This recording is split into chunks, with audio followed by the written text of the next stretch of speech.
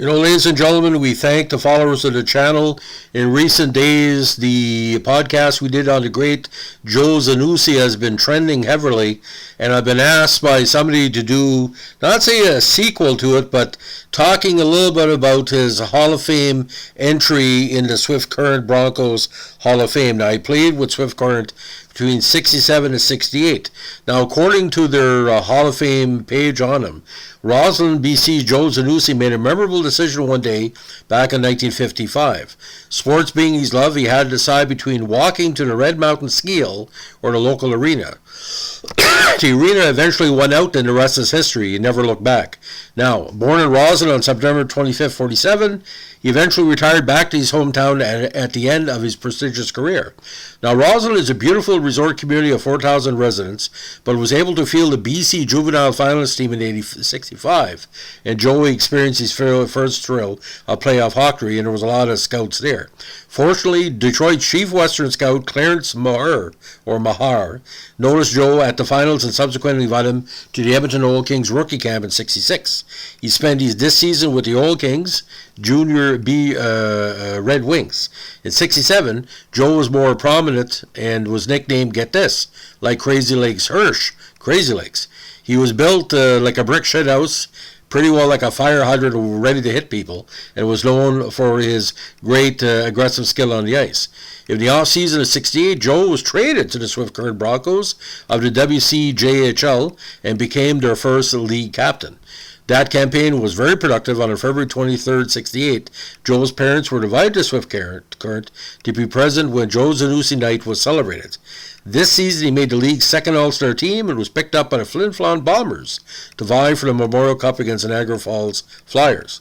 Although Joe's hockey rights were owned by the Red Wings, he went to training camp and was signed to the Johnstown Jets of the EHL. After surviving his roughest and toughest year in hockey, Joe led his defensive corps in scoring and compiled, get this, 56 points on 20 goals and 36 helpers. He finally turned officially pro in 1970 and played with the Fort Worth Wings of the Central Pro Hockey League. His second year in Fort Worth earned him a tie for the league's MVP and a berth on the second All-Star team. On awards night, he was also picked up the Sportsmanship and Best Defenseman awards. The following year, 1972, knee surgery put Joe's career on hold, but not for long.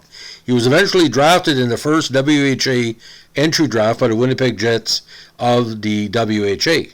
The Jets played for the league's AFCO Cup final in his inaugural year, with the team in the league taking shape in 73-74.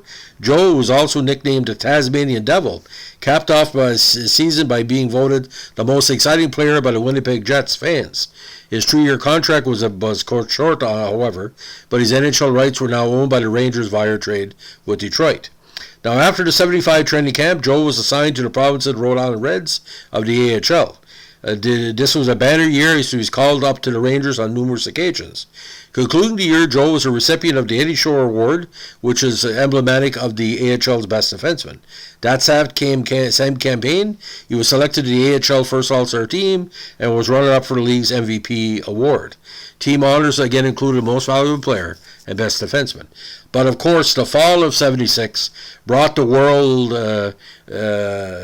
of hockey on its knees, a very, very dramatic trade. At the time, it was the biggest trade in hockey history, and Joe was a big part of that. Joe, Brad Park, and Jean Rattel of the Rangers went to the Bruins for Phil Esposito and Carol Vadnais. When the trade occurred, Joe was the leading scorer in the AHL. The coming year proved to be very unsettling and a year of many moves. Joe went to Boston, to Rochester, the AHL, then back to Boston. And after a trade at Christmas, he was sent to the St. Louis Blues, then on to the Kansas City Blues of the CHL. This squad took top honors and eventually won the Adams Cup, which was emblematic of the CHL championships. Joe attended one more training camp with the Blues, but was assigned to the Salt Lake Golden Eagles of the CHL the next campaign. That year, he was voted to the league's first All-Star team and received the team's Best Defenseman award. At the conclusion of this campaign and his contract, Joe and his family returned to Roslyn. Now, Joe and his late wife Candy were married for 30 years and raised 4 boys, Ty, Ryan, Brady, and Jay. However, on March 2, 2000, Candy lost her 10-year battle with cancer. Now, Joe eventually met Marilyn, who lost her husband in a search and rescue plane crash in 96. They were eventually married on September 25, 2004, and at the time of this writing, they were residing in Warfield, BC. Marilyn's family includes daughters Jennifer, Jillian, and son Jeff, all of whom, at the time of that writing on the page, lived in Kelowna. Joe and Marilyn are both retired and enjoying life, and are with their first grandchildren. So career statistics: 69 with Johnstown, led the defense and scoring on the Jets. Fort Worth of the CHL 1971, tied for league MVP, second All-Star defensive MVP and team sportsman award. 74 with the Jets, most exciting player chosen by fans. Providence Reds of the AHL, first WHL player to join the Rangers. Rangers NHL Eddie Shore Award, league MVP runner-up, first All-Star defenseman, and team MVP and defensive award. With the Bruins in 76, again, the big trade with Park and Rattel for Espo and Carol Vadnais. Now 77, Kansas City Blues of the CHL, they won the Adams Cup. 78, Salt Lake Golden Eagles CHL, first team All-Star, best defenseman award. So the big stats, ladies and gentlemen. WCHL, 99 games, 65 points, 28 goals. CHL, 66 points in 227 games, 35 goals. WHA, 149 games, 7 goals, 43 assists. NHL, 87 games, 1 goal and 13 assists. But the Swift Current Broncos, you should check out this website, ladies and gentlemen, scbroncos.com, with all the great players that are recognized in the Hall of Fame. Now, I remember the Zanussi trade, and my dad basically said that guy could be the next big number 5 defenseman for Boston, because we knew what he was doing in the minors, because in the Maritimes, with the Nova Scotia Voyageurs, were always checking out the best teams, players in the minor leagues. Now, I can tell you one thing, ladies and gentlemen.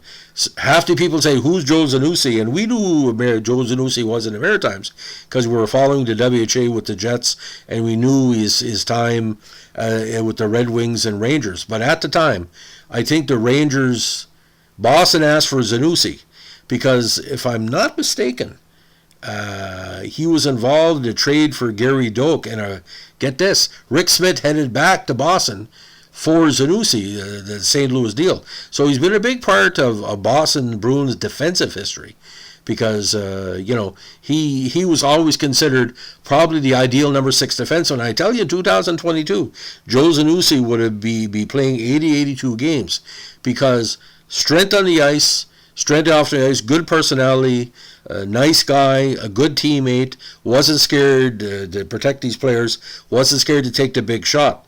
So Joe Zanussi was 10 years too early. If he would have came in 82 to 84, he would have had a probably 15, 20-year career. But like I said, it was a different thing, because the AHL was rough back then, and Johnstown was rough. You played 10 years back in the minors and the pros back then. It felt like 20, because every game was hell. CHL, the AHL, and all these minor league teams that he played for, a lot of rivalries and stuff like that. Many ways bigger than the National Hockey League. By the time he showed up in Boston, I do remember one Boston Globe writer said, Joe Zanussi will have a good place in the NHL. He didn't play long, but he was more than deserving in his time with the Jets to he was one of the younger players on the team, so it was kind of like they used to call him the Baby Jets, and he was part of that. So, ladies and gentlemen, that's a sequel to our Joe Zanussi and the original podcast.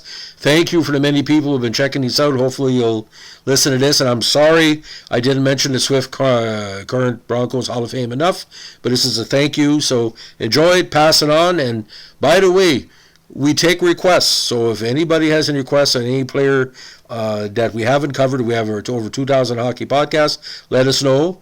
Give us a like, comment, subscribe, and don't forget, when you're a Swift Current fan, you're a fan of hockey. What a tremendous franchise, and tremendous honor to mention Joe Zanussi, a member of the Swift Current Broncos Hall of Fame. Thanks for listening. Bye.